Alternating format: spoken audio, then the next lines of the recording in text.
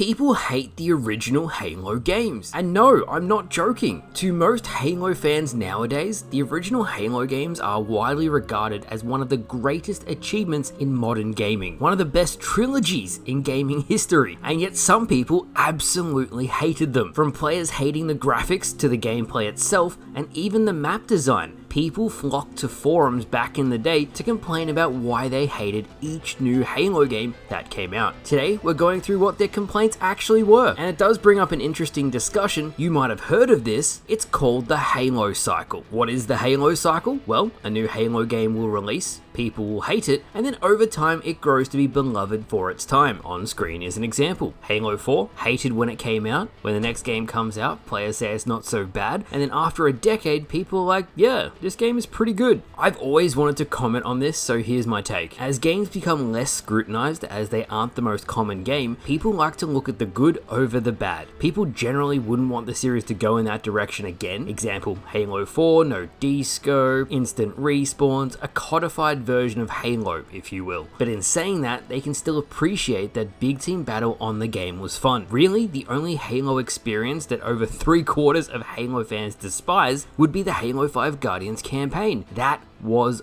awful. But in saying that, what complaints did Halo fans have? Let's find out. So what I've done today is I found posts from up to 20 years ago. That's right, 2 decades. The ancient days dating to even before YouTube. Our first post comes from December 2004 and is aptly titled Halo 2, It Sucks Ass. The post reads, and I quote, "Now I ask you, what the hell is wrong with Bungie? Are they one-hit wonders? The game itself was short and there's only 12 lousy multiplayer maps? I've heard stories about Bungie trying to stay a small developer, but I gots to wonder why they didn't spend a few dollars for one lousy map guy who could crank out maybe one map every 2 months in his spare time over the last 3 years to give the game some selection. It's preposterous. Even when a map might be suitable for a certain game type, say coagulation with vehicular CTF or assault, the game is so broken, vehicles take minutes to respawn, it's entirely unfun playing it." Now reading this 20 years later is really funny. Bungie, one-hit wonders after releasing Halo Combat Evolved, saying the campaign was short and that there's only 12 multiplayer maps? Halo 2 might have the longest campaign in the series,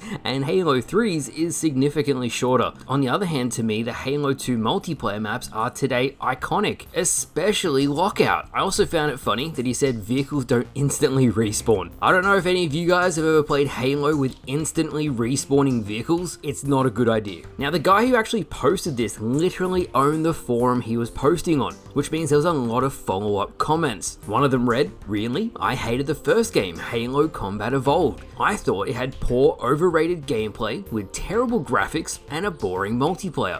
Yeah, there aren't a lot of maps. Half of the maps are really, really good, and the other half are downright awful. Battle Creek and Coagulation are good remakes, and the smaller maps in the game are best." From everything I read, some people really didn't like Halo 2's gameplay at launch, but when he says Halo graphics were terrible, I thought Halo 2's graphics especially were incredible for the time. It's on the original Xbox, it doesn't have that much power, and Bungie actually had to tone down what they did because the Xbox just couldn't handle it. Am I the only one who thought Halo had really good graphics when it came out? Surely I'm not the only one. Now next up, we have a post from January 2005, and it reads, "Halo is not great. I don't even think it's that good. The battles can be occasionally fairly epic, but everything else is only alright. I have the demo of the new Unreal graphics engine, and it will blow Halo away. Simply amazing." All I have to say of this is Halo 2 and Halo 3 came out, it literally took over. It dominated pop culture, it had millions upon millions of players. It is ironic though that Halo has just moved to the Unreal Engine. Oh, how things change. Now the year is 2007. Halo 3 has just launched, and a lot of people didn't like the Halo 3 campaign. Yes, a majority loved it. I really enjoy it. But here's what one fan said. "The story in Halo 3 simply doesn't make a lick of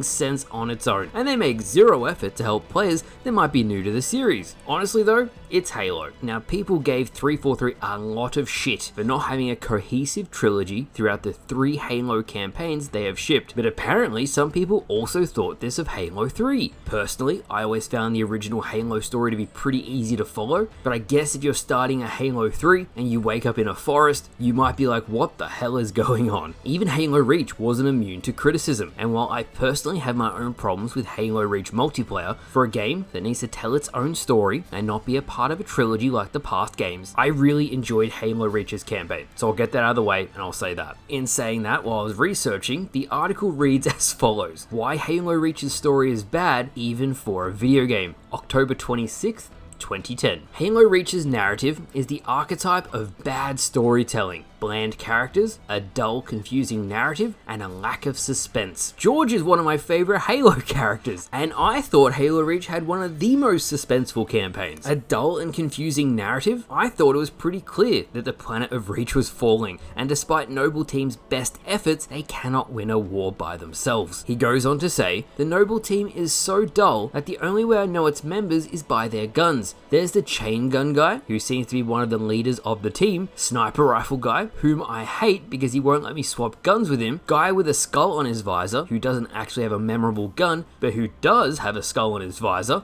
I can't, man.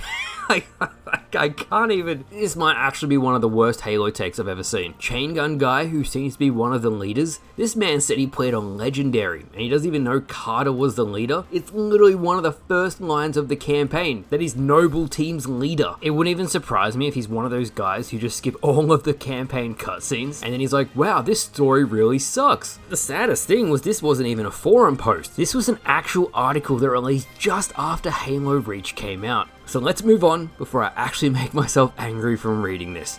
5 minutes later. Never mind, I found another article from the exact same website from a different publisher, and this one's even worse. Oh no.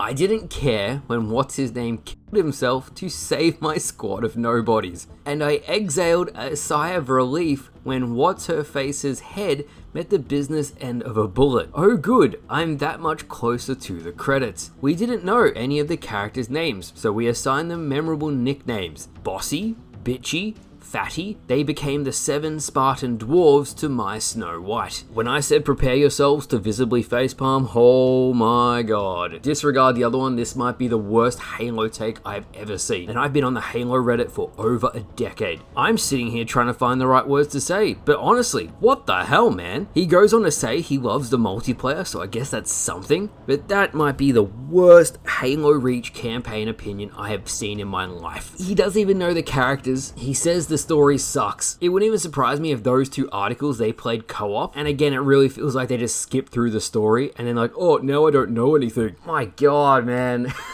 What are oh. Finally today, and I wanted to end on this one. You may have heard of it before. The Arbiter missions suck from Halo 2. The post reads, and I quote, I just wanted to finish them as soon as possible. I like the Halo series because I want to play as the Master Chief and kill some alien scum, not play as a Covey. If you weren't aware, quite a large group of vocal people absolutely hated the Arbiter missions from Halo 2. He is one of my favorite characters in the entire franchise, and people really despised his missions. The only downside I could see was you didn't actually get to fight any humans, and the Arbiter had a majority of the flood levels. But in saying that, to this day, I love missions like the Arbiter, Uprising, even the final level. I thought being an elite with an energy sword was so cool as a kid, but there was a large group of people who absolutely hated it. And with that, there you have it. That is why players hated the original Halo games. I originally wasn't planning to include Reach, but when I read those 2 articles, I was like, you guys gotta see this. For games that are universally loved nowadays, when they first came out, people still had their opinions. If you've got a spicy Halo take or an opinion of the past games, leave them down in the comments. If you want another video like this, then leave it a like. I might take some of the comments and make another video about it. We've got a big Infinite update on the horizon, so once it gets closer, I'll do another video and break it down for you guys. But for now, thank you guys for watching, and I'll see you guys later.